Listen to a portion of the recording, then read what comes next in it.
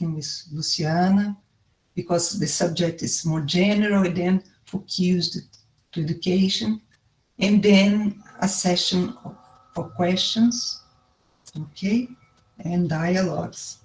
We try to translate if necessary, so everybody can make these questions. Sorry, Marília. Yes. Edgar, você... Não. Solved? It's okay? And so we will start with Professor Luciana Travassos, who will talk about the virus, the disease, and the inequality in large cities in the world. Professor Luciana Travassos is an architect and urban planner with a PhD in environmental science, and she's a professor at the Territorial Planning and Management graduate program of the Federal University of ABC in São Paulo. So let's hear Luciana. Good morning, good afternoon for everybody. Thank you, Marília and Mauricio, and you all for inviting me to this talk. Actually, when we talk about the Federal University of ABC, we always say that's a region, especially here than where we are talking about when we are talking about education, because everybody thinks it's something related to pedagogic and etc. So ABC is a region in the metropolitan area here in Brazil, in São Paulo metropolitan area here in Brazil. So I will talk a little bit about this global situation, especially related to the outbreak of COVID, because the global situation gave us in the beginning of the pandemics, it gave us some evidences about how COVID would impact our cities in Brazil, especially regarding the enormous inequalities that we have here in São Paulo. So I will talk a little bit about the global spread, but I will focus on how this global spread came to São Paulo and how it spread in São Paulo. So I will share my screen with you. I will try to keep looking at you here. Well, no, that's not this way. We are almost 3 years of online classes, and we still have some difficulties in sharing the screen, yeah? Are you listening to me? Yeah, it's okay. Okay, let me see here. And so this is the name of the presentation, but yeah, I will take a little bit of this time to talk about the global spread. So the contents of my presentation will be this the first insights that we have in the context of this extension project, COVID-19 precarious areas and territorial interventions. And then in this part, I will show you a little bit about the global spread. Then I will show you the first impacts of the dissemination and the disease. And then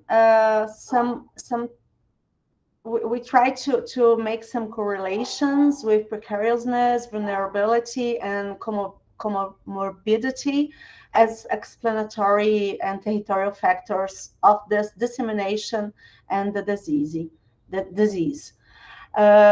I will show you the maintenance of the pattern of these impacts, this unequal pattern of impacts, and then I just have a slide about the whole of the territories in response policies, because I think that, as Mauricio was saying in the very beginning, there are a whole of very different situations between the peripheral areas and the central areas in responses, and also in the impacts of COVID. So you can interrupt me if I'm not very clear. Please just interrupt me, because I think we are in a work group, and then we can I can be more clear somehow. So when in the beginning of 2020, when all the talk about COVID started here in Brazil, we, with our backgrounds working at peripheral areas and vulnerability issues, risk issues, we start to see that somehow the impacts of COVID would not be very unequally distributed in our region. So we started to try. In that moment, we were in the first weeks of the pandemic. We started to think about how could we be prepared to face the beginning of COVID process. So as planners as we are, we were trying to figure out how the disease was going to impact our city, São Paulo, and what we could do to maybe to decrease these impacts, or to inform people about the impacts that the disease would have in our areas. So we made this Facebook group, which joined a lot of members, especially community leaderships, architects, urban planners, and other people that were interested in trying to maybe stop the increase of the diseases in these areas. So at that moment also, we observed that there were some processes of dissemination that were happening in every city or every country where COVID outbroke. So we realized that we were talking about, especially talking about the global cities, no matter if they were in central countries or peripheral countries, but they were always global cities. A greater presence of people over 60 years old was very important to especially related to deaths. We started to see in the first countries that COVID outbroke that there were some differences when we have a lot of precariousness, a lot of density, and household congestions. This first evidences we took from, I will show you, but we took from, especially from India and from Indonesia, where COVID outbroke first than in Brazil. So we had this global observation, so the regional spread and distribution, population density, and risk groups, which we try to figure out how to use the data that we had to specialize, to see what territories would be or could be more impacted from these global observations. So here, this were the first, I think, the first national maps that were made by New York Times, and in these maps we could see, and it's kind of very you all know this distribution by now, but at that moment we didn't know very well how the spread was going to be, and New York Times did made these maps, and at that time they helped us a lot to observe and to understand that the impacts of COVID were not a national impacts. So the media was very much talking about Italy, South Korea, Iran, and United States. And when we went to see the spread of COVID in these countries, we saw that they were very unwell distributed. So we really had this concentration of the cases, especially in big cities or industrial cities in the case of Italy, or even in touristic areas, just as I will show you in India, because there the COVID started in a very famous touristic area and not in a global industrial area. So we had the most connected cities were the first one to be infected, and now it's pretty clear for us, but at that moment we were trying to analyze these patterns. And here we can see the pattern of the cases distribution in Indonesia. And then we started in some countries. They had, in the beginning, it's kind of very curious situation, because in the beginning of COVID, we had a lot of data. And then the countries started to hide some of the information, especially related to this, to a more detailed data in the territories and localization of cases and deaths. So in that very beginning, we have a lot of information about where the disease, the people were getting this sick or ill, and where people were dying. And then all this data has gone, even in Brazil, you'll see.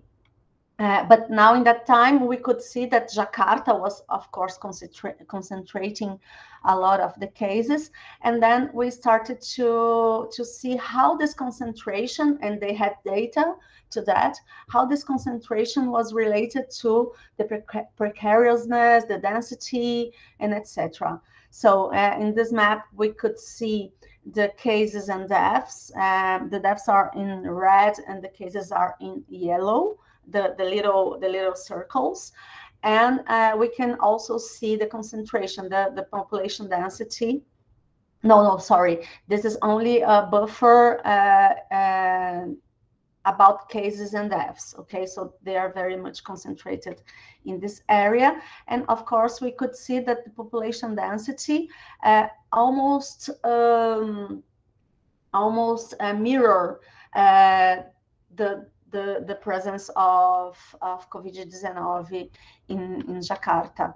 And when we would see the presence of precarious areas, we also could see that, for example, here, we could see a concentration, even in the absence of great densities.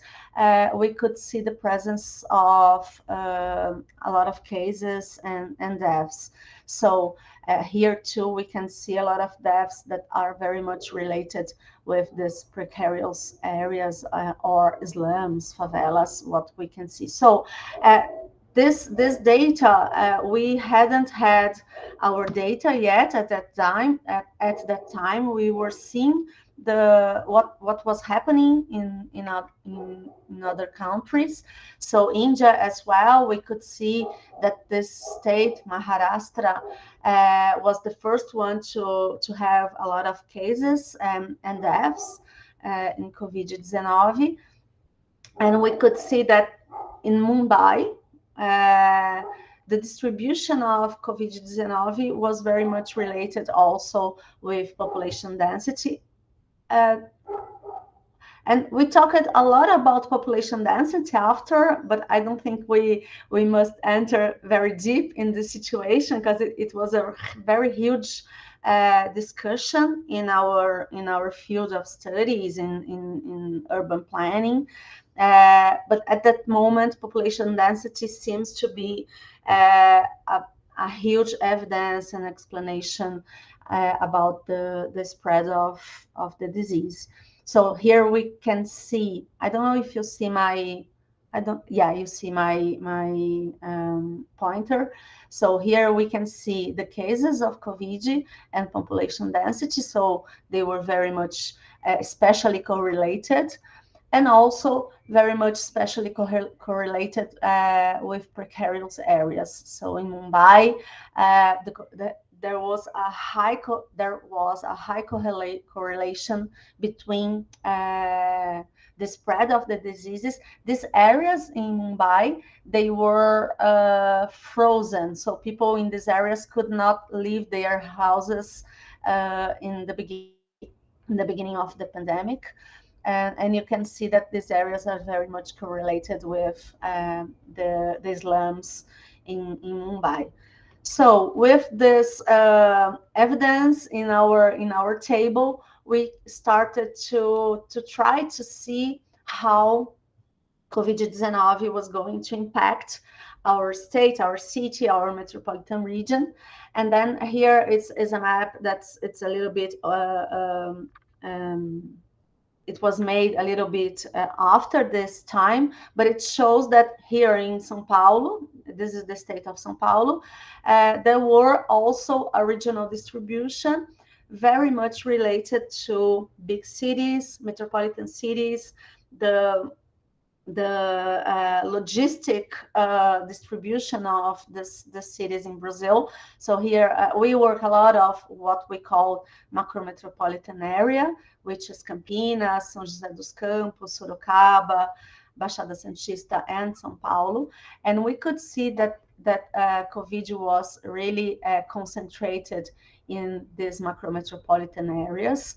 So yeah, what we saw in other countries was seen here in Brazil, and we took some advantages of these evidences, or we took some from these observations. We tried to figure out in that very beginning how could we map these areas that were more in risk of diseases that will spread and the deaths.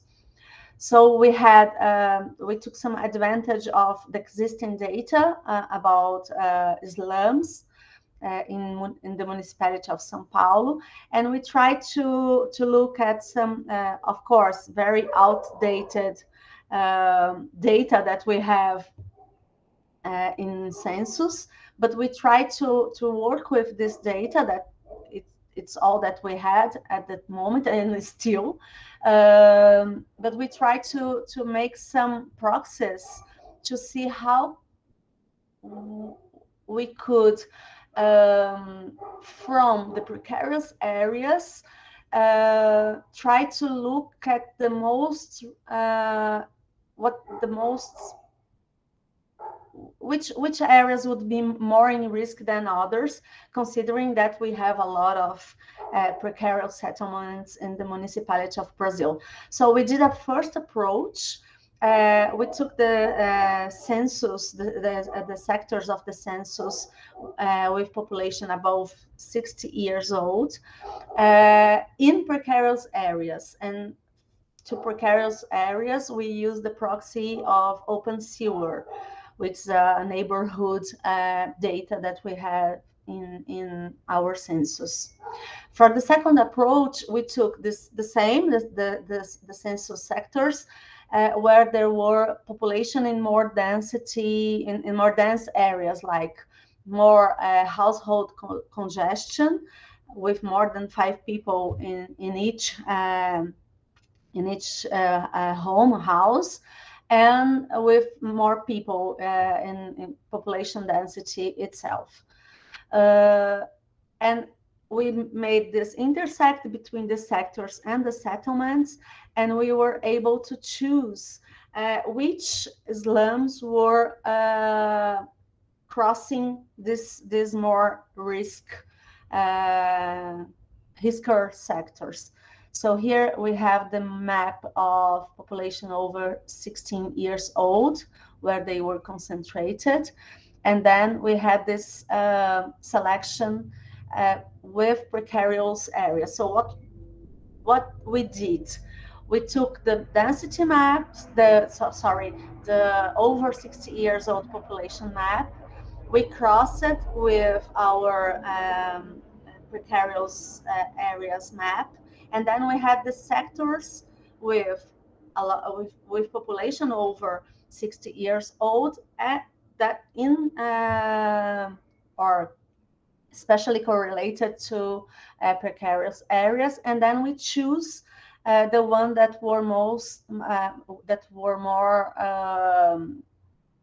where this presence of people over 60 years old were more present. We did the same with density, and then just to be a little brief here, because I'm taking too much time, I know.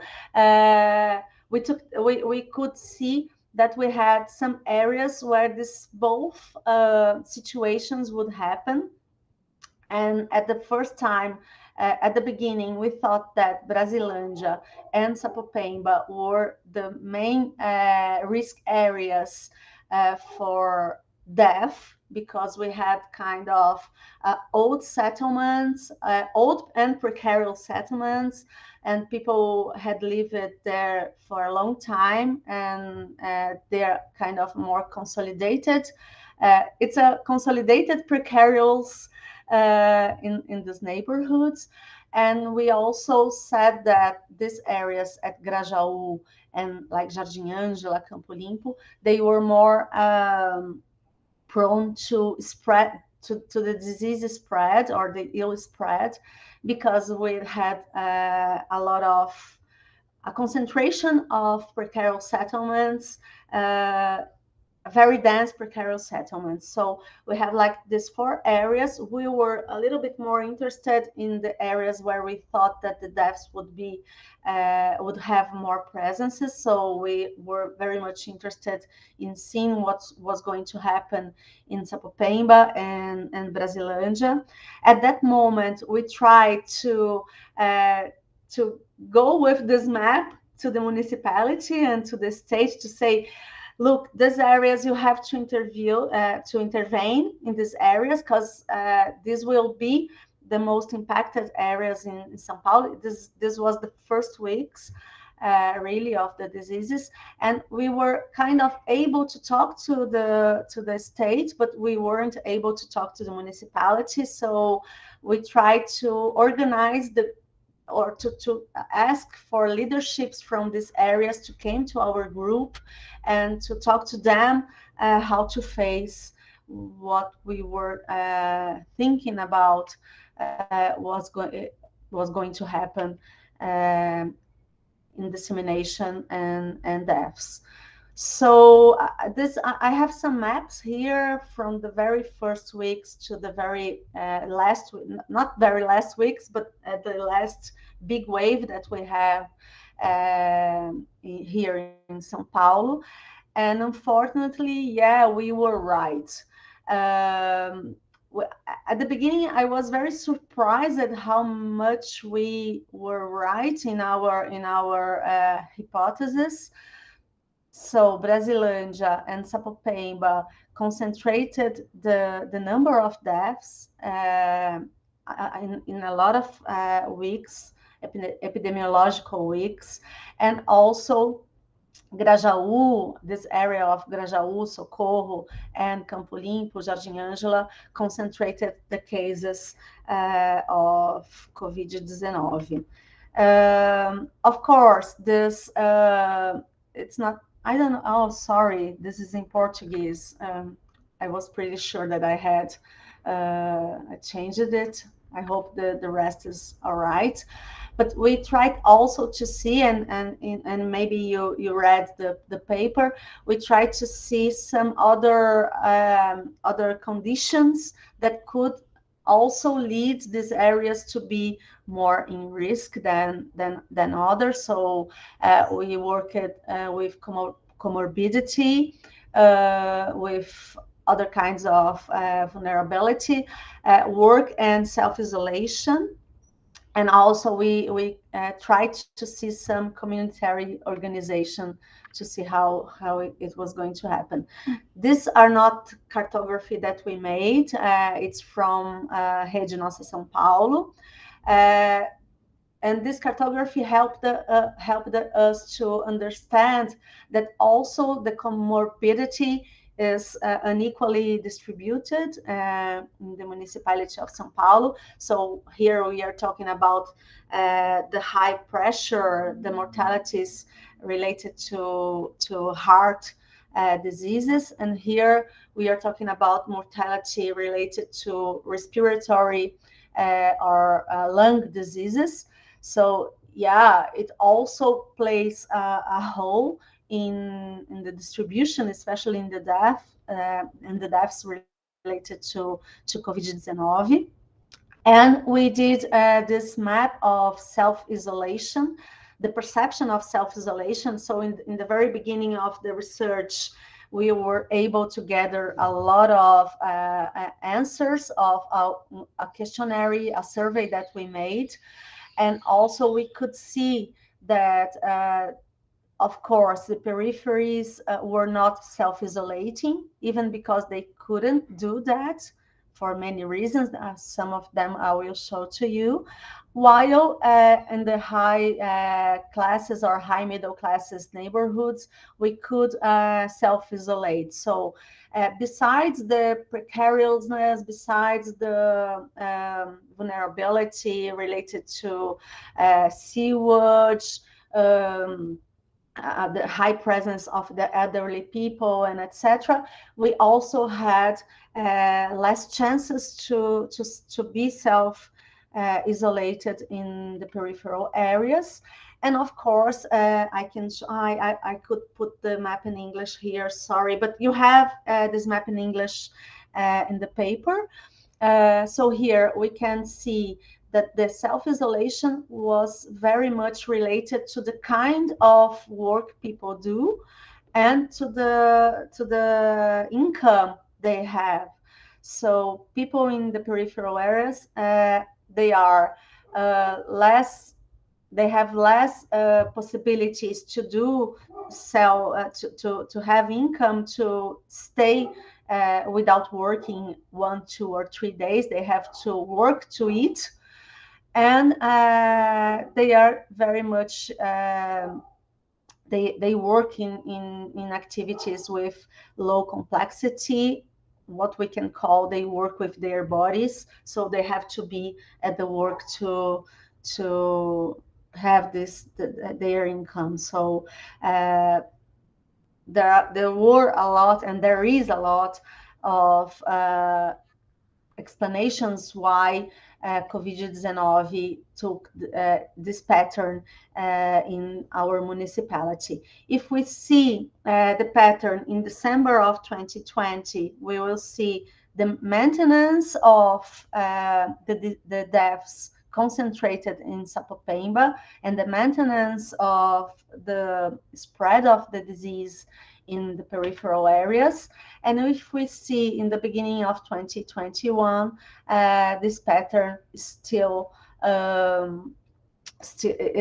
very important to explain why COVID was so unequal in our country and in our city.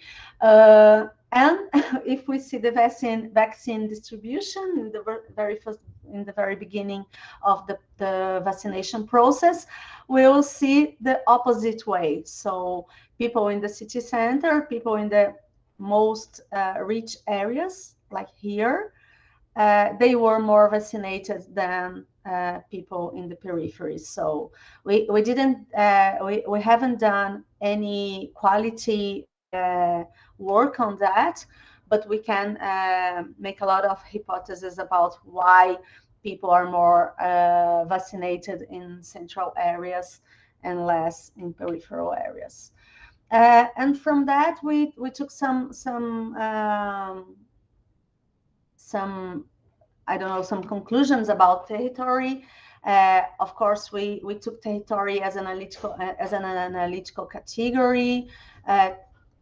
where we could also do some practical and operational ideas and proposition or proposed measures to confront the diseases. We thought at that moment, and we still think, that the territory is very important to understand the impacts of COVID, and in every dimension of impacts. We took the territory as a policy instrument. We would love that the public policies would take the territory as a way to manage these actions, to integrate actions. Of course, we will talk about it, but it's not. It's education, and it's sanitation. It's kind of a health issue. All the issues are together, and they have to be tackled together in our perspective. And we thought at that moment that diagnosis and plans should have this perspective of territories. They had to prioritize the precarious territories when they were talking about public investments. And the territory would guide how these investments would be used in the urbanization processes. And of course, we had to build some policies for and with the territory, and to recognize the capacity of these people to plan, the people from the territories to plan, to innovate, and of course, in this way of reducing inequalities. I think I had too much from this project. It has ended. We had now another project that we called ICOMA. It's a project from. It's a joint project, a transatlantic platform in FAPESP with Dortmund in Germany and Cape Town in South Africa. And we are trying to analyze, and that's why it's so nice to be here also, because we are trying to analyze the impacts of COVID on livelihoods, mobility, accessibility of marginalized groups. So it's a more qualitative work in very marginalized groups in these 3 cities. And we also made a movie. We had some funding to do a movie. So we did a movie at Sapopemba. When we are able to do subtitles, I will send to you to see, because there in this more qualitative, we did a lot of interviews there in Sapopemba. And there is a lot of, in their talk, they talk a lot about youthness and schools and violence, which I think it's very interesting for you to listen to their voices. I know that you listen to a lot of voices, but I think that in that voices you also can gather some evidences for your project too. Okay, so thank you. I'm sorry I took more than I expected to. Oh, no problem, Luciana. Thank you very much. It's a very good presentation. And so, as we planned, let's hear now from Professor Bastian Betthäuser. He will talk about the impact of COVID-19 pandemic on learning. And Professor is a researcher at Nuffield College, Oxford, and an assistant professor in the Observatoire Sociologique du Changement at Sciences Po in Paris. And so I give the floor to Professor Bastian. Thank you very much, Maria. Thank you, Mauricio, for inviting me. Thanks to you all for coming and letting me present our paper. I'm gonna see if I can share my screen.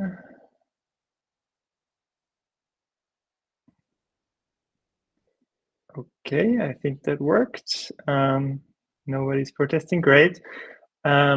So I would like to share with you our results, our main findings from a systematic review and meta-analysis that I did with 2 colleagues at Oxford University. So I'm now mainly at the Sciences Po in Paris. I used to be in Oxford, but I've moved. But my colleagues Anders Malzebach-Mortensen, he's at the Department of Social Policy and Intervention, Oxford, and Pierre Engsel is now at University College London. The paper is still under review, so I really appreciate any comments, observations you have. And we also have a first preprint version online on the SOC archive. So if you want more details, you can find it there. Needless to say, this is a very broad, big picture exercise. So I hope it's useful for you. Your research project sounds really interesting because you might be able to fill in some of the gaps that we discover in the literature. For example, Mauricio mentioned earlier that you want to look at gender inequality, and we found that most papers don't really look at gender. So that's very promising. Likewise, with the qualitative methods you're planning to use, I think you might be able to shed some light on some of the mechanisms and processes for these results that we find by extracting information from the from the papers we found in our review. So in this paper, we want to make 2 broad contributions. And the first contribution is to examine the state of the existing evidence. More specifically, we ask how much available evidence is there on the effect of the COVID-19 pandemic on learning, which countries does the available evidence cover, and what is the quality of the existing evidence. Our second contribution is to harmonize, synthesize, and then meta-analyze the information we are able to extract from the studies that we identify.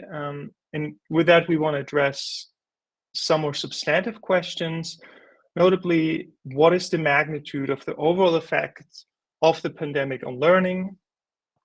Second, how has the magnitude of the learning deficit evolved since the beginning of the pandemic?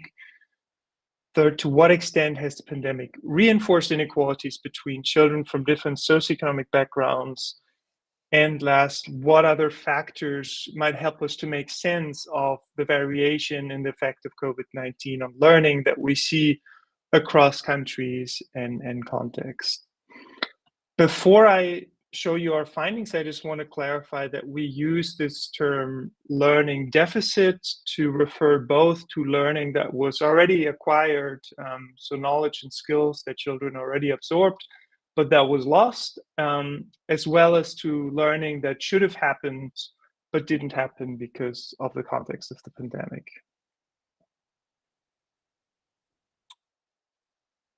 So to kind of get a sense of the literature that's out there, we searched academic databases as well as preprint repositories, working papers, as well as policy documents. And in order to be eligible to get included in our systematic review and meta-analysis, studies had to measure learning progress using some sort of test scores that we would be able to standardize and harmonize across all papers that we found. And for this, we use Cohen's D, so we express it in standard deviations, just to have a similar comparable measure across papers. So this Prisma diagram just shows the search process that we went through, but suffice to say that in total, we identified 42 studies that met our inclusion criteria. So based on our systematic review, we then looked at what are the countries that are covered in the literature that's out there. And we find that most studies actually come from high-income countries, especially the United States, the United Kingdom, and continental European countries. So this table shows you the 15 countries for which we found studies on the effect of COVID-19 on learning deficits, as well as the specific study references on the right.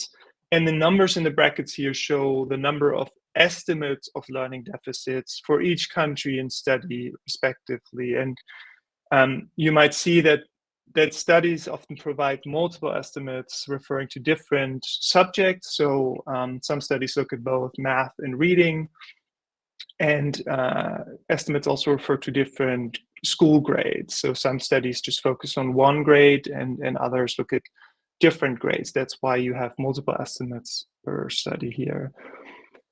Importantly, and as you might have already spotted, this table shows that we only found 4 studies that met our inclusion criteria from middle-income countries, and these are Brazil, Colombia, Mexico, and South Africa.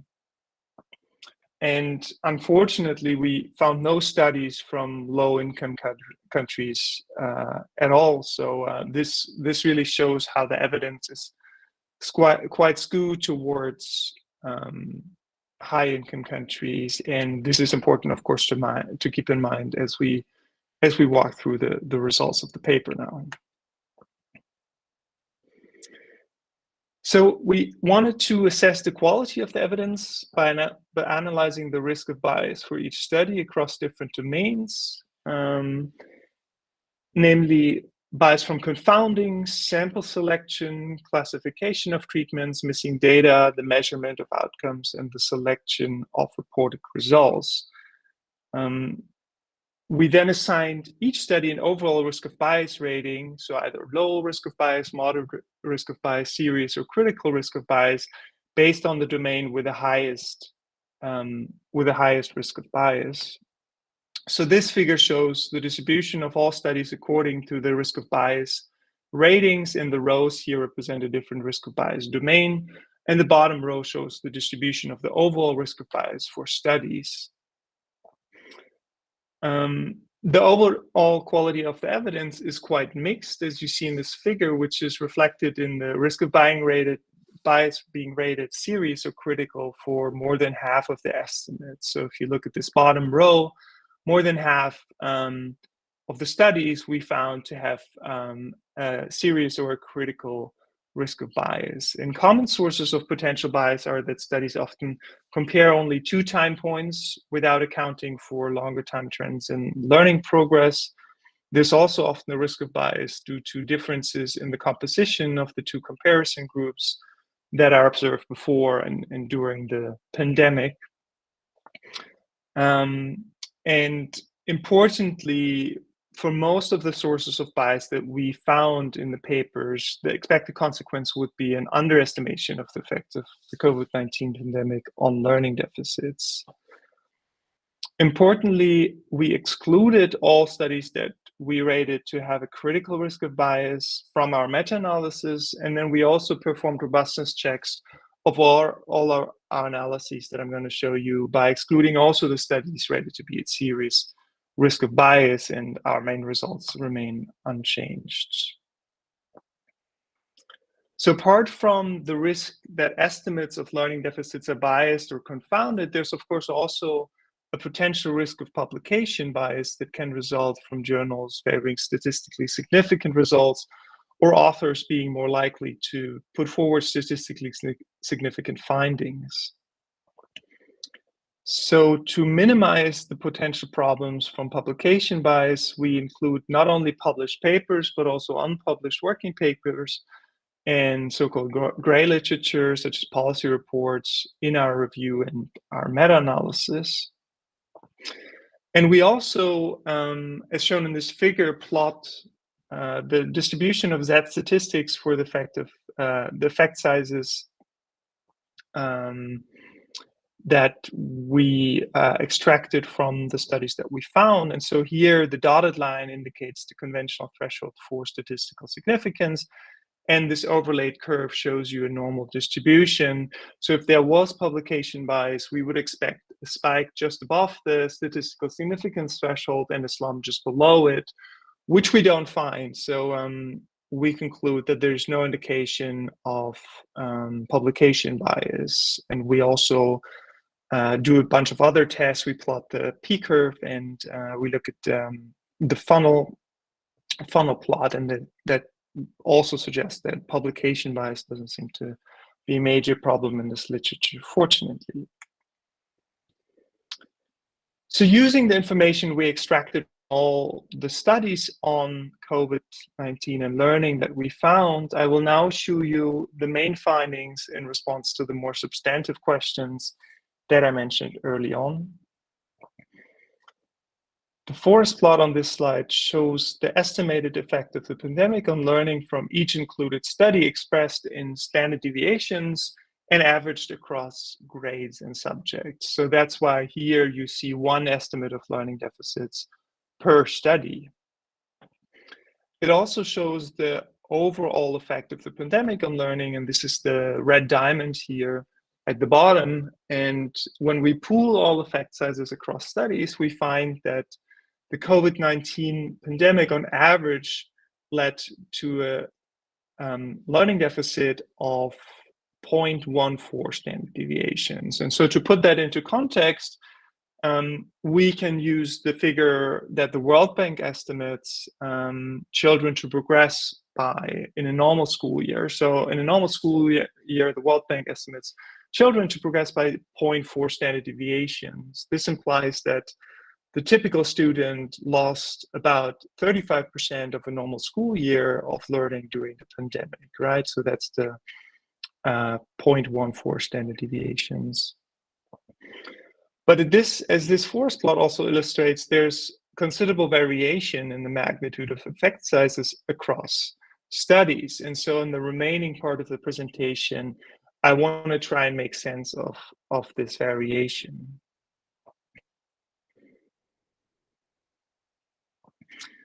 For this, we first consider whether and to what extent estimated learning deficits vary depending on when in the course of the pandemic learning progress was measured. So here an optimistic expectation would be that children were able to recover learning that was lost early in the pandemic after teachers, children, and families had the time to adjust to the new learning conditions and structures for online learning, for recovering early learning deficits were set up. And a more pessimistic expectation would be that learning deficits continue to accumulate over time as the ongoing pandemic continued to affect learning even once schools were opened again. Relevant here is that existing research on teacher strikes, shortened school years, and disruptions to education during World War II suggests that learning deficits are difficult to compensate and tend to persist in the long run. So that's kind of an important thing to keep in mind when looking at this evidence.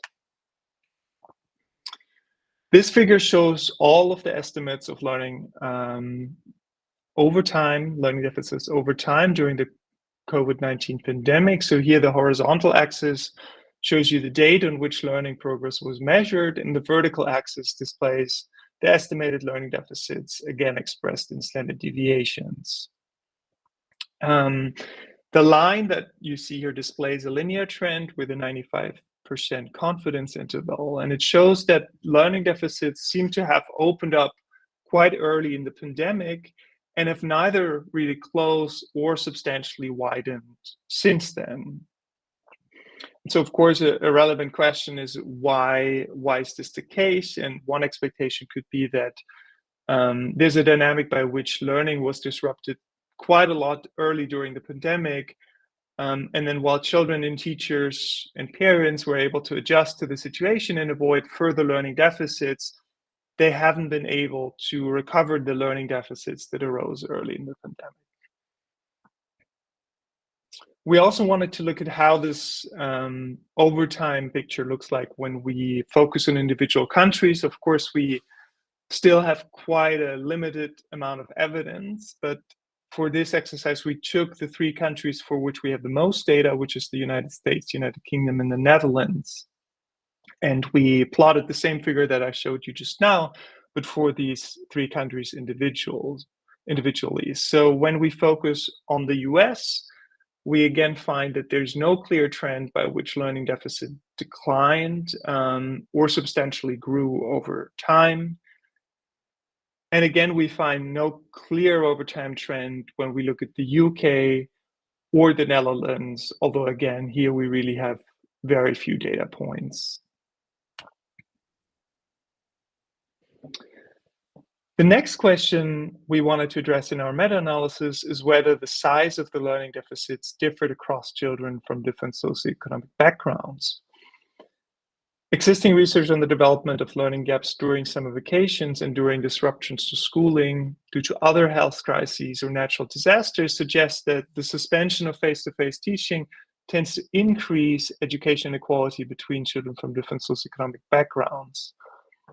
And the effect of the COVID-19 pandemic on learning is likely to have been particularly pronounced for children from low socioeconomic backgrounds, because these children have been more affected by school closures than children from more advantaged backgrounds generally.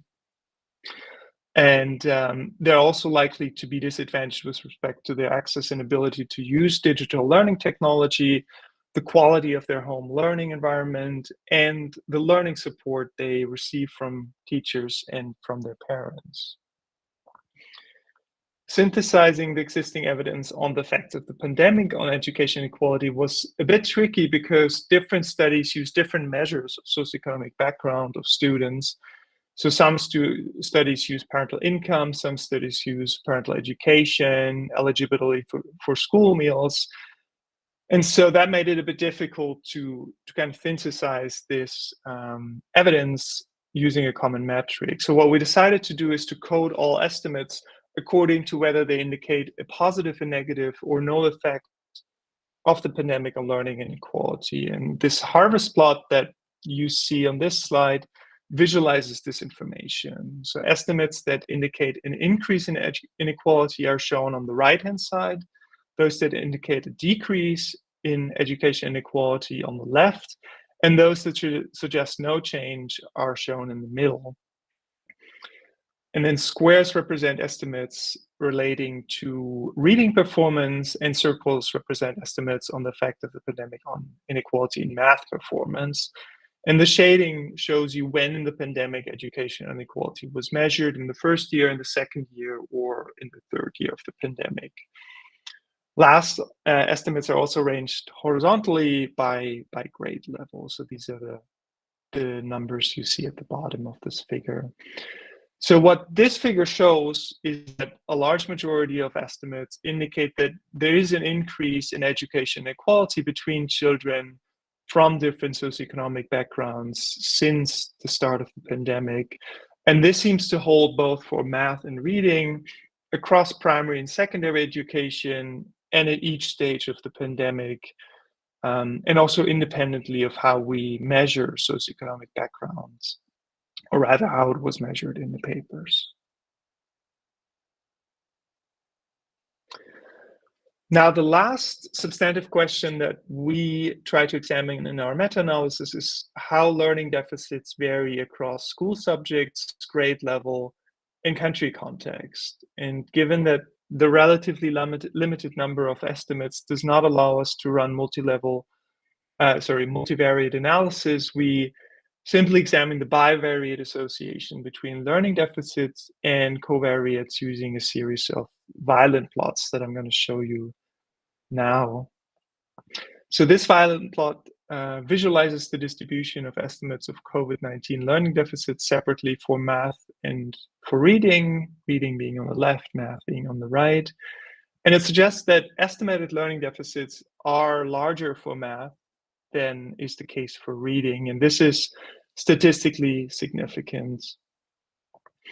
This finding also parallels existing evidence on summer learning breaks, student absenteeism, net disasters, which also finds that learning progress in math tends to be higher than learning deficits in math tend to be higher than learning deficits in reading. And a possible explanation here is that parents are generally better equipped to help their children with reading, and children advance their reading skills when reading for fun outside of school.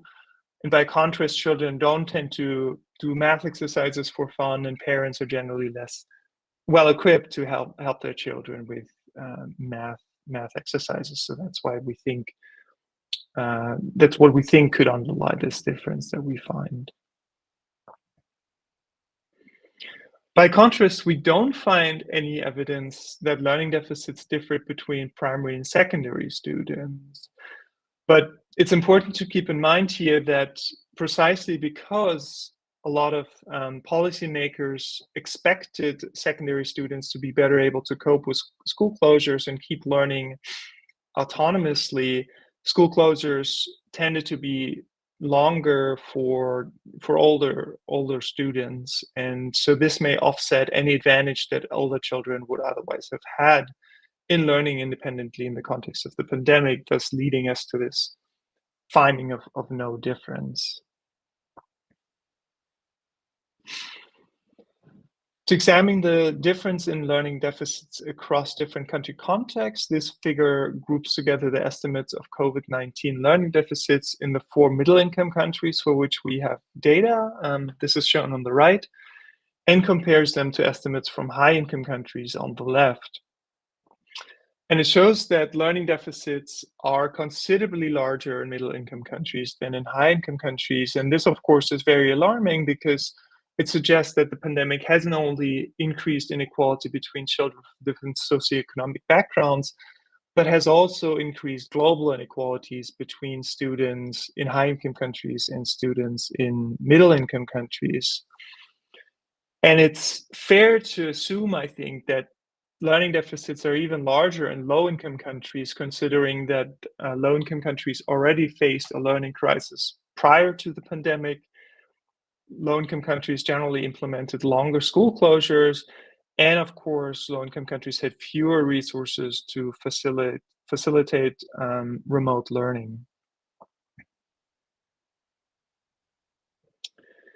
So coming to the conclusion, the main findings with regards to the state of the evidence on the effects of the COVID-19 pandemic on learning are that most of the studies that are out there at the moment come from high-income countries, and we need more studies from low-income and middle-income countries. And this, of course, requires that the infrastructure to collect and share the data on education performance in these countries is also strengthened. We also find that about half of the studies have considerable risk of bias, particularly related to not properly taking into account overall general time trends in learning due to differences in the pre and the post beginning of COVID samples. And future studies should of course try to address these risks of biases and avoid them in the future.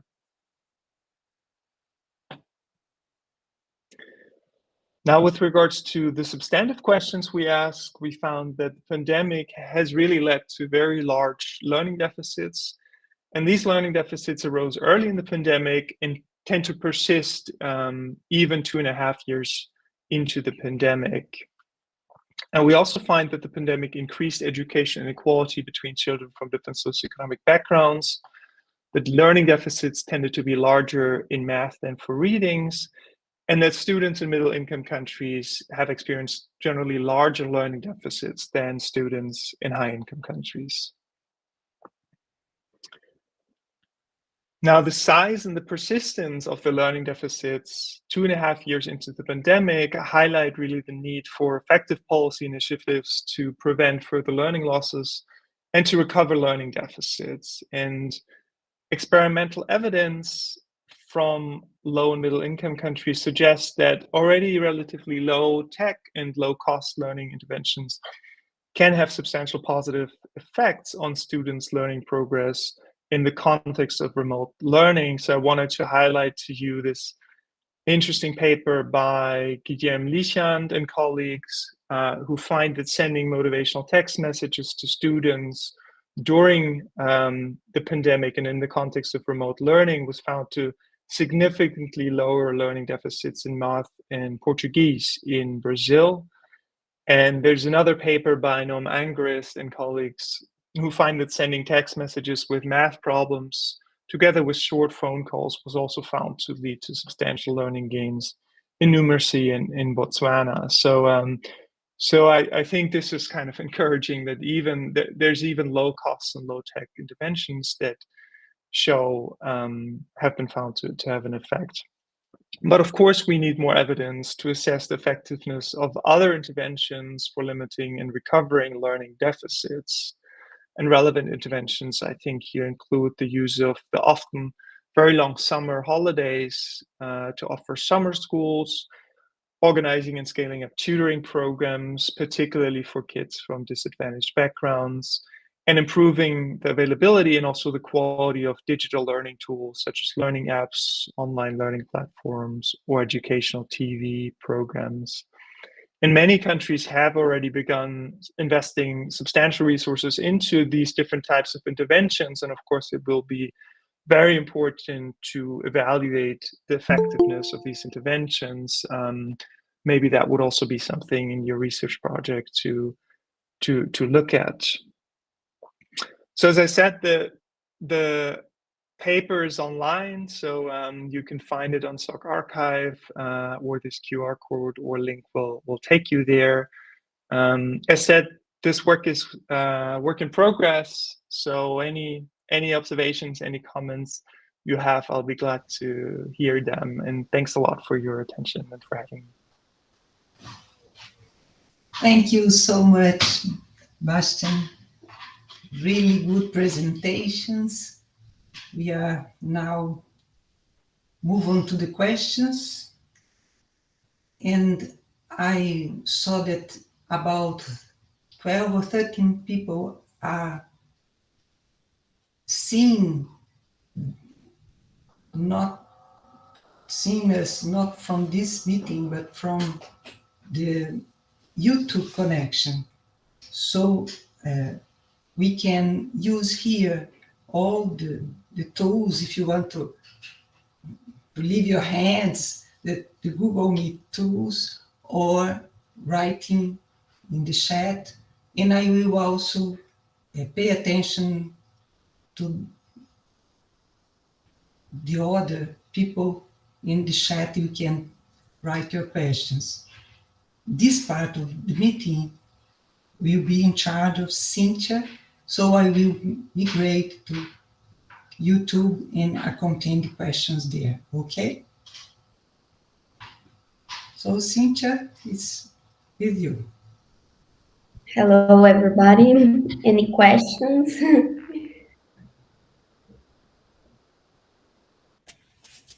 I have a long question. Well, in fact, I have many questions, but the first one. Some important consequences of the pandemic were predictable. The deficit of learning was predictable because we know that since the works on summer back how to say summer back poses, but and also the consequence of the pandemic for the neighborhood poorest were, we could predict this in the beginning of the pandemic, but we had a problem in Brazil to create a social question based on these predictions, and a political problem to influence the debate and the politics. This is one big general question, but my main question is another one. We know that when the school closes for everybody, the inequalities grow, and we saw Bastian showed the deficit is there is a deficit of learning, and there are much more inequalities on learning today than before the pandemic.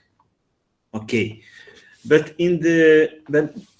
Bastian has another important conclusion. The poorer countries in the poor countries, in the poorest countries, the deficit is higher, and the Brazilian deficit is 0.31, if I understood, and the global deficit is 0.14. So the Brazilian deficit is more than the double of the global deficit, if I understood the data. Well, but in Brazil, the educational offer during the pandemic and the conditions and to continue to do the school activities were very, very unequal. And we know, and Bastian showed this, that the school could avoid the accumulation of the deficit. So a part of the school population could continue more or less to do the school activities, but not a huge part of the school population. So, and second, the consequences of the pandemic were very correlated to the spatial and social inequalities Luciana showed. So my points, 2 points, more empirical, specific. The deficit in Brazil is high, much higher than the general deficit, but the inequalities in Brazil, we can imagine that they are very, very higher than we can imagine.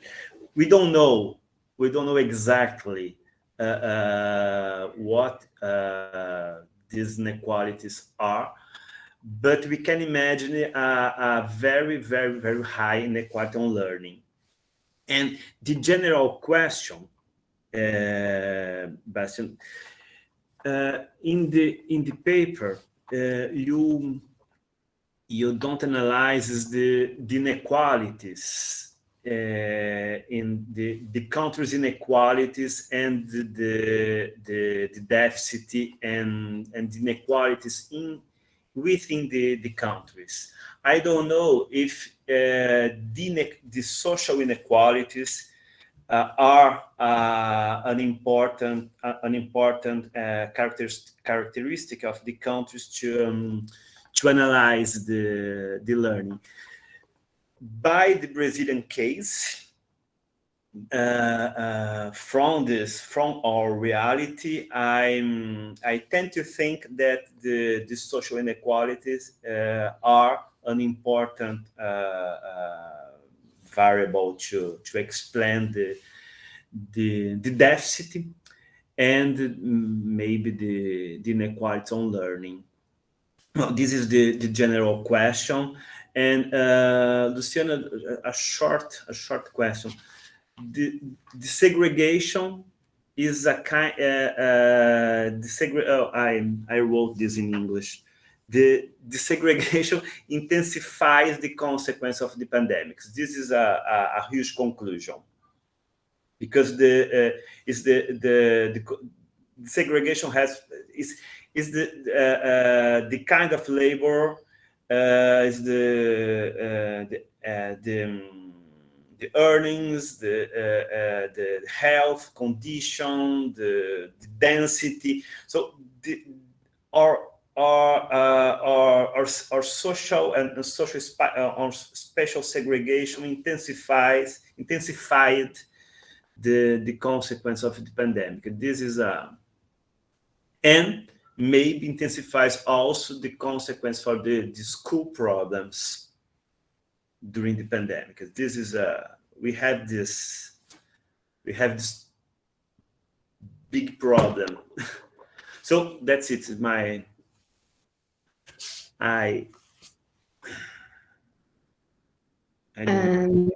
What do you want to do?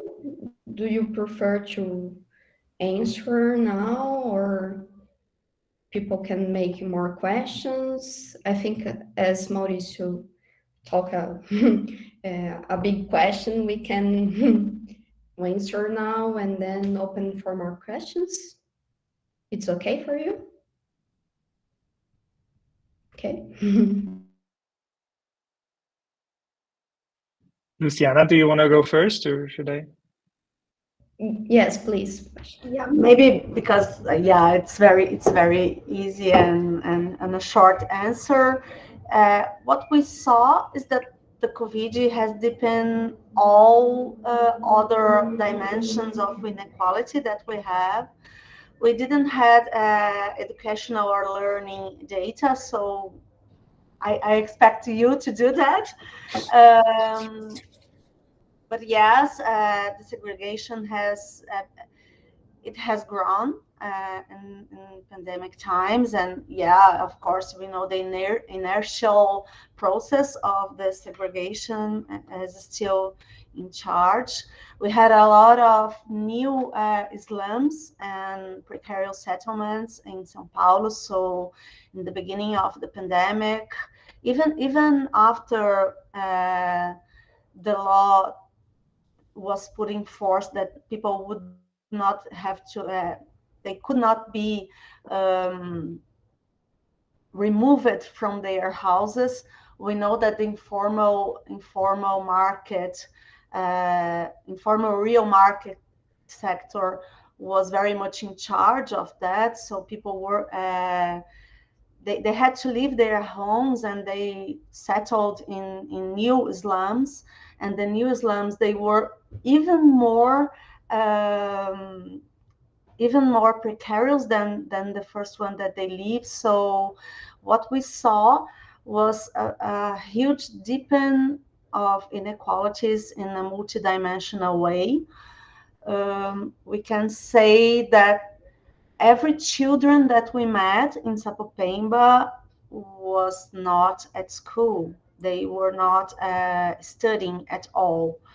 And in the movie, you will see that the main issue, the name of the movie is, it was to be about COVID, because COVID was not in their speech at all. We have to force them to talk about COVID, but the main issues were unemployment and especially drug addiction in the teenagers, and police violence. So police violence and drug addiction were the main worries that people talked to us. And of course, the insecurity about being able to pay their homes and their rentals and etc. So COVID was kind of a way, or kind of something that happened and deeper the precarious and risk and very vulnerable situation that they were already in. So I think that's it.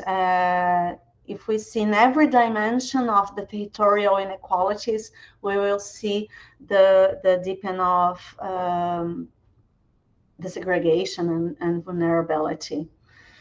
So actually, I will subtitle the movie, and you will see these speeches.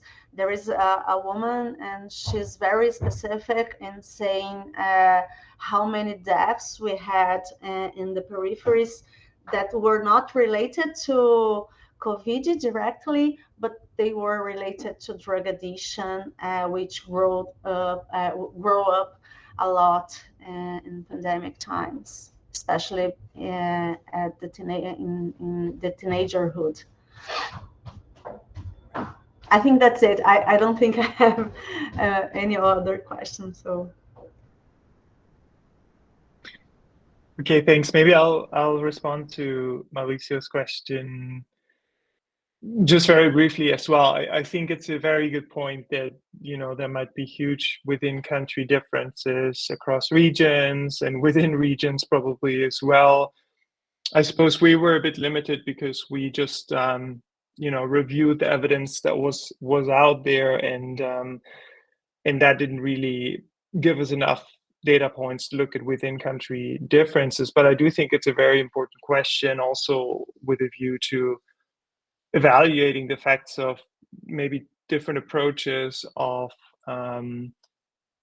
teaching in the times of the pandemic, different approaches to containing the virus. So I hope future research will do that, and maybe your project will focus on within country differences as well. And I think that would be very useful. I also want to highlight again that so the paper that we include on Brazil is also by Guilherme Lichans, who also wrote this paper on motivational text messages, and they just published a follow-up paper which actually showed that in Brazil there was a little bit of compensation, or maybe even more, there was compensation of learning deficits.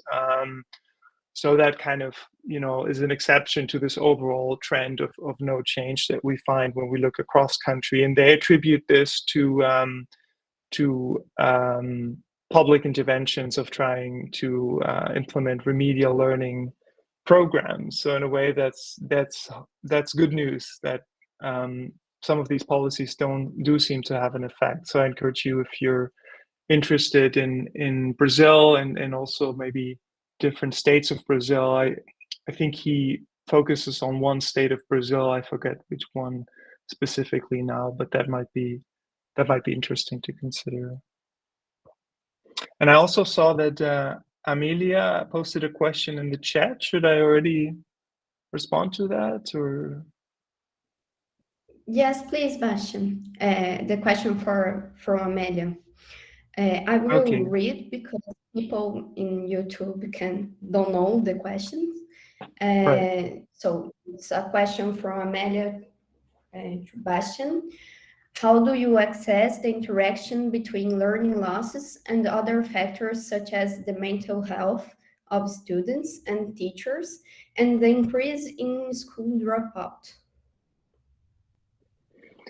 Yeah, thanks, Amelia. I think this is a great question and a really important one, because of course we looked at learning very narrowly defined. So most of the studies focus on reading and math because that's where most of the testing is done. But of course, education is more than that. There's different subjects and there's different dimensions.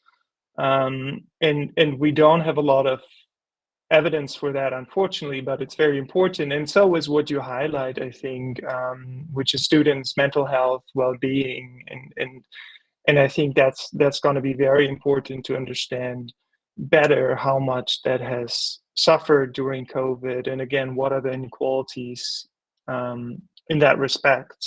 And I would expect that they are there and that they may correlate with the learning deficits that we find in the meta-analysis. We had a look at the literature, and it's quite limited from what we know, and I think most of the evidence on students' mental health provides sort of snapshots from during the pandemic based on kind of surveys run during the pandemic. So we're often missing the before and after comparison, but of course that's already much better than nothing. But again, here I think qualitative research could also shed more light on what have been the realities for students. So maybe this is something in your project that you can draw out a bit more.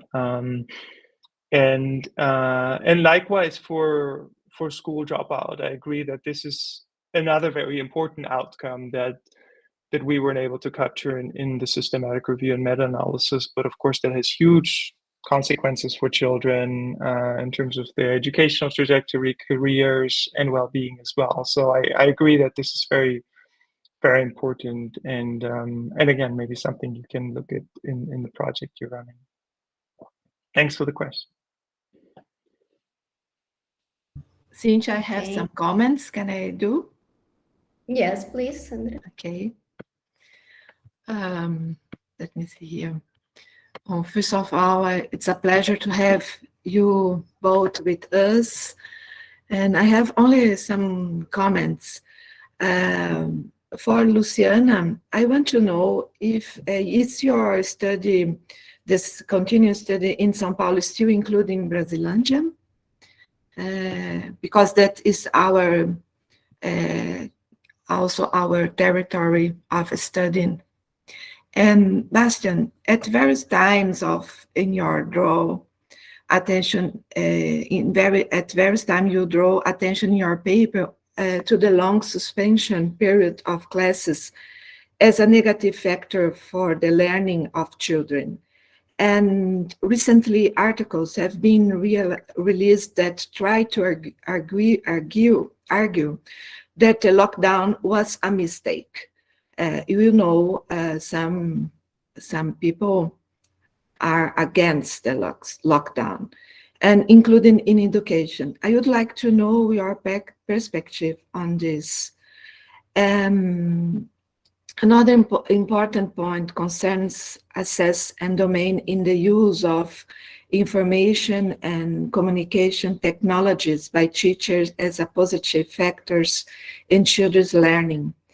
In Brazil, data show that there are almost 2 smartphones or cell phones per individual. However, a significant number of people do not have access to the internet or knowledge for use focused on learning. Another point of enormous social and economic inequality. So I want to hear you about this point too. How is your perspective on this? Sorry about my bad English, but I try. No, it's great. Luciana, do you want to go first? All right. Yeah, thanks very much, Sandra, for your comments and questions. Of course, the point you raise about school lockdowns is a really important one from a policy perspective, especially. I think it's important to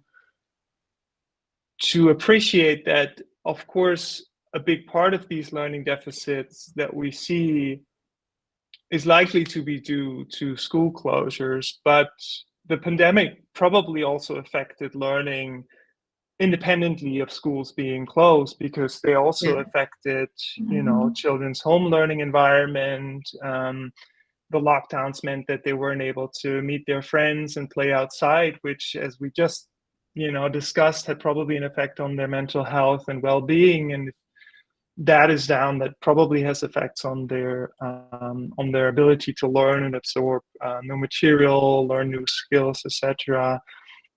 And of course, home, you know, the family relationships must have suffered a lot. And again, there's probably a social gradient, because particularly for children whose parents lost a job or even lost a relative, that presumably had a big effect. So so I think school closures were most likely important, but probably not the only story, I would think.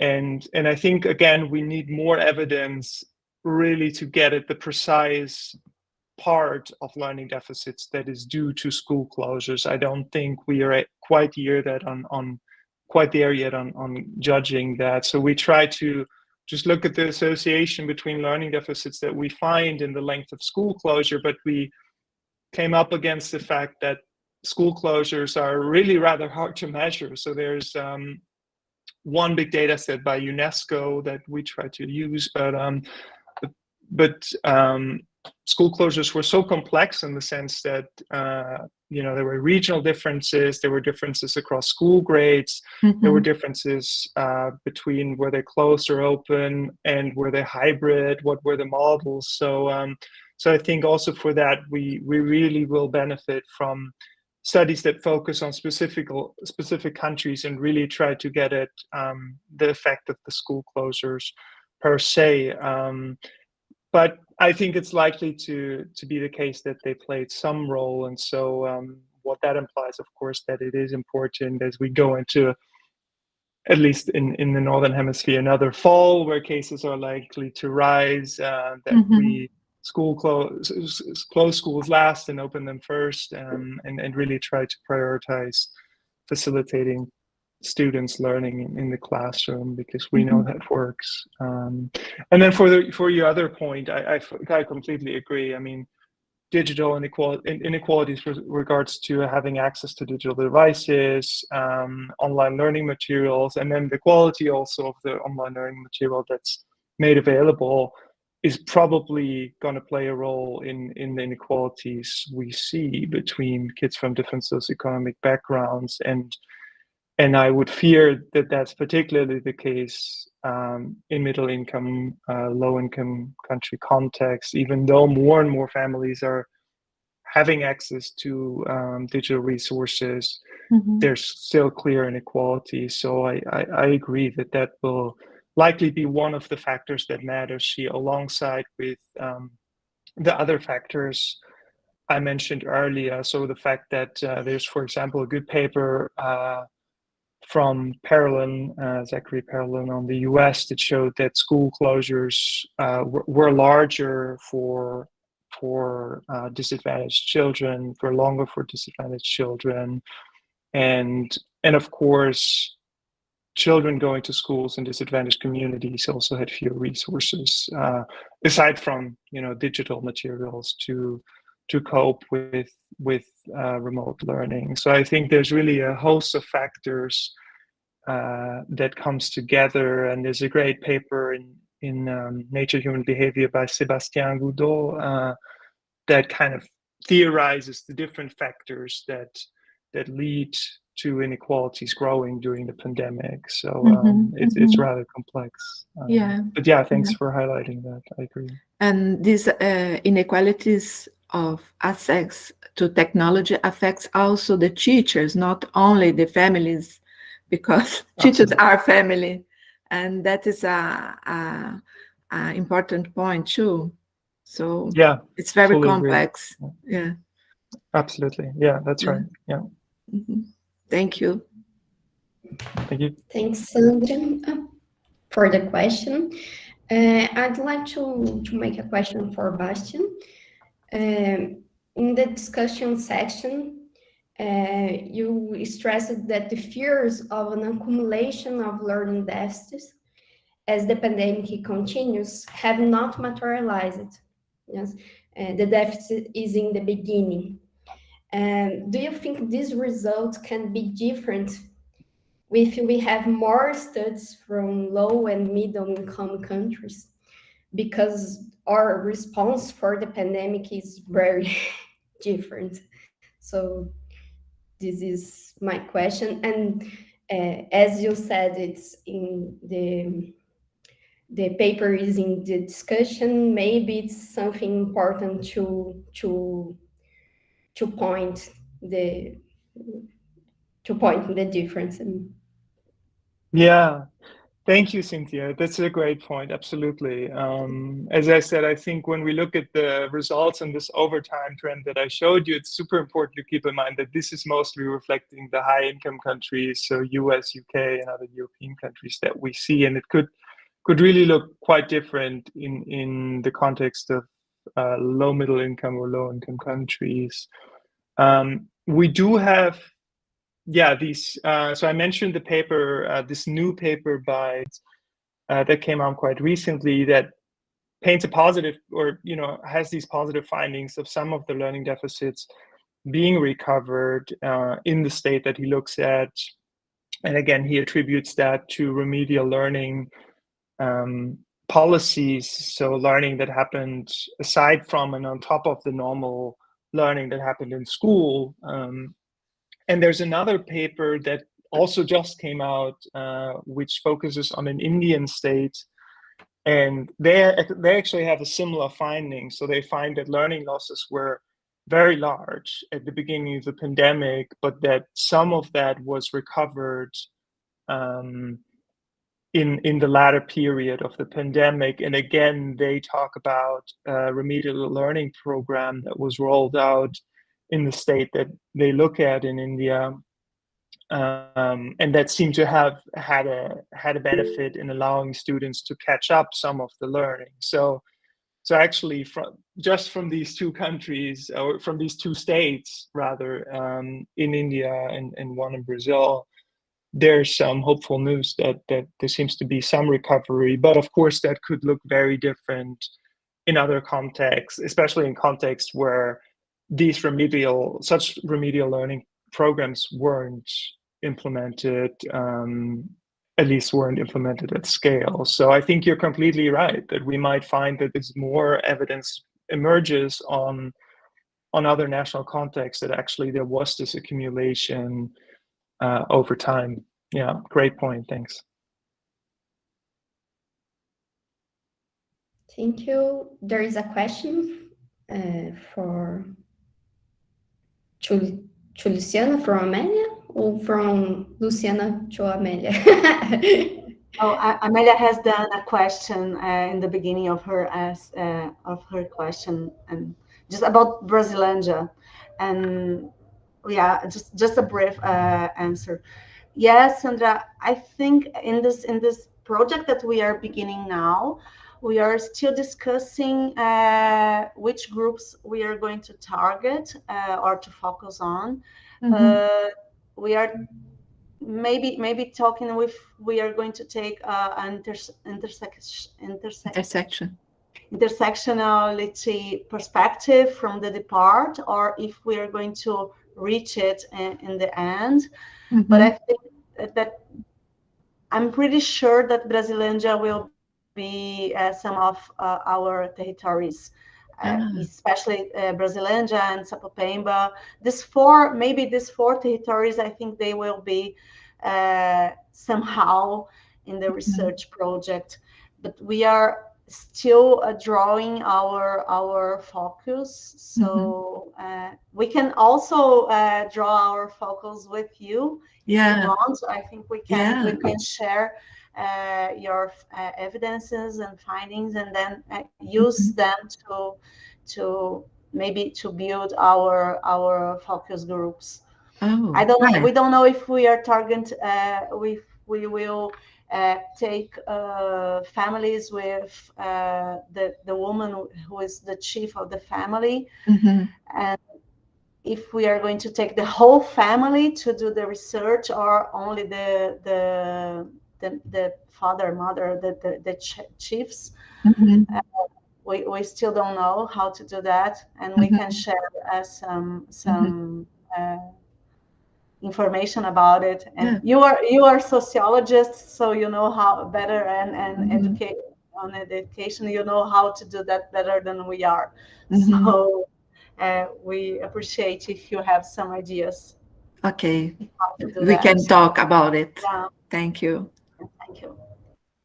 Just to explain for people who is watching and for Bastian, the question about Brasilândia, it's because our field work is in Brasilândia, in São Paulo.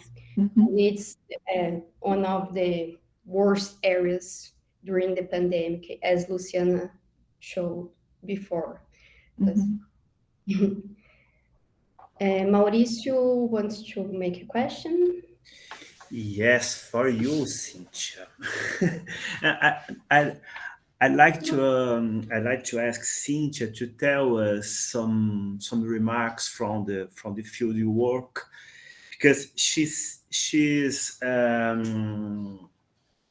observing some consequences of the pandemic in the school reality that may produce important consequences to the compensation of the deficit. There are 3 points in my question, Cynthia. The discipline is a huge problem. The second one is the absenteeism. We can see an important part of the students in they are in, yeah, the absenteeism is a second important question. And the third is that even the discipline and the absenteeism sound to be related to the gender difference. We are observing that the gender difference, the gender are more marked or nowadays than they used to be before the pandemics. So Cynthia, maybe because this is the consequence of the pandemic. During this period, some things happened, and maybe the girls can return to the school with more conditions to continue. But Cynthia, it's for you, just an observation. It's a non-expected question. Okay. First of all, our field work is just in the beginning, and everything that I will say here can't be right. It's some thoughts, okay? And impressions, first impressions. And Luciana, it's very interesting to hear you talking about your film, because there is a silence about the pandemic period in the schools too. There is a silence from the teachers group, the manager group, and the students, like, as it's not the main question for them. I feel this. And this silence is something that I'm talking a lot and trying to understand.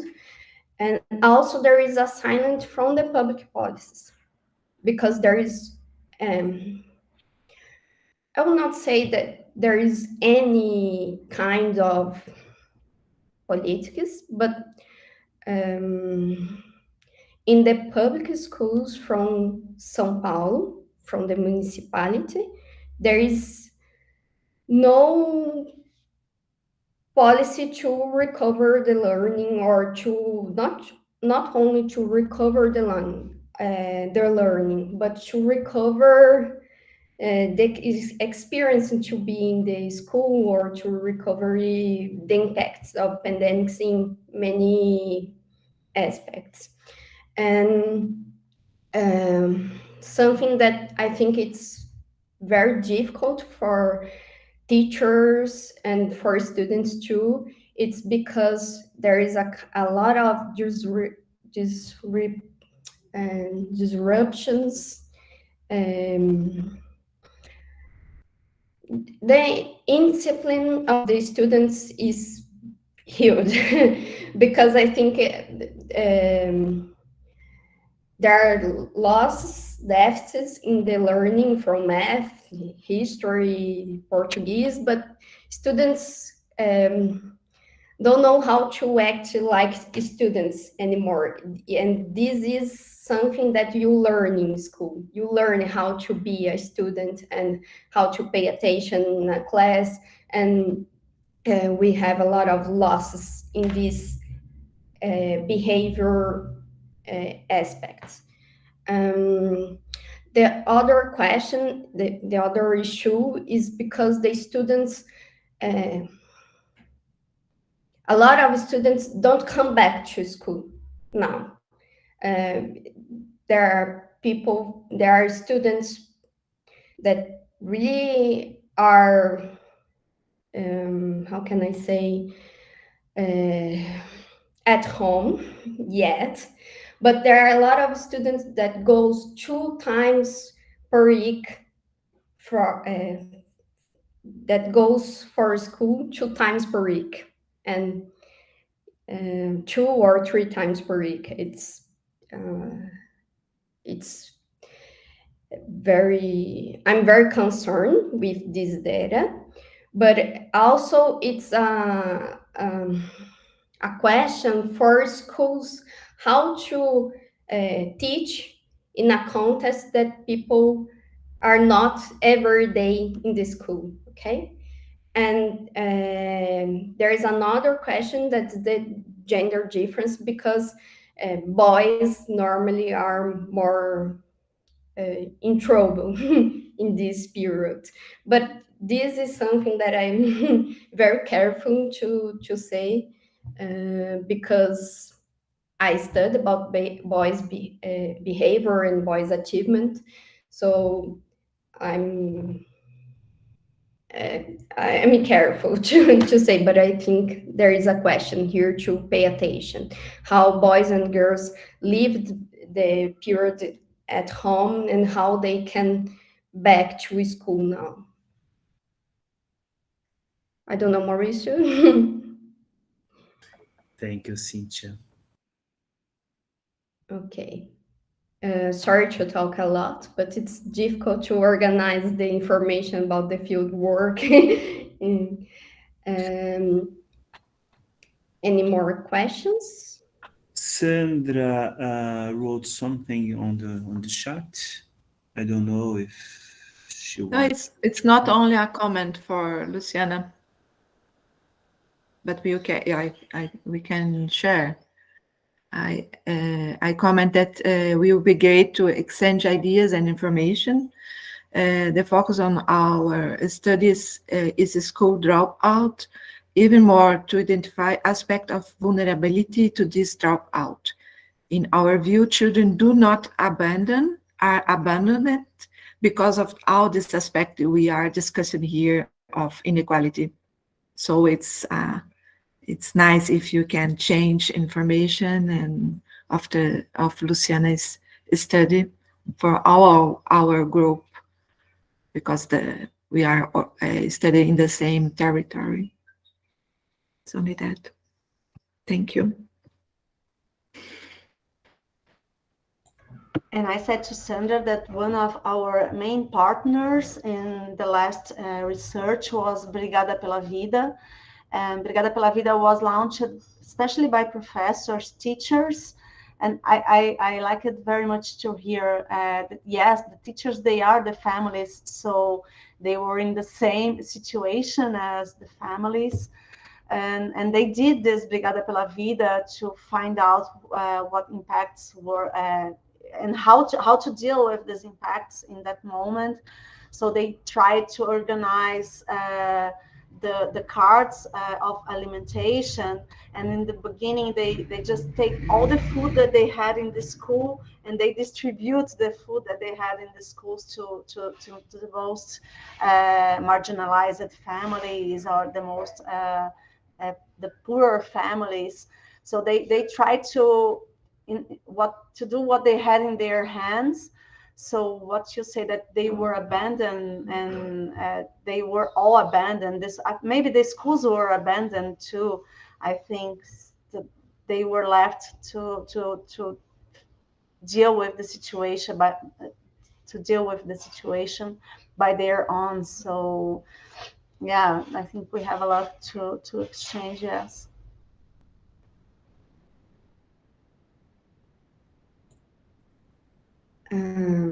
Any more questions? It's almost 11 a.m.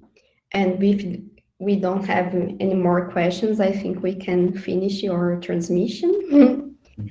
It's okay. And so I would like to thank you, Bastian and Luciana, this time to discuss together. Thanks a lot to you all. Thanks, Luciana, for presenting your fascinating research. I really look forward to hearing the results from your project as well. It sounds really fascinating and very important. Yeah, you too, Bastian. Thank you. Thank you all for listening to us, and we keep talking. Yeah. Yes. Thank you. Thank you all. Bastian and Luciana, people who are hearing you. It's very important for us to have everybody here. Thank you. Thank you, Bastian. Thank you, Luciana. It was a great discussion and very important for us. And it's recorded. Yeah. We can return to and share with the other colleagues. Thank you.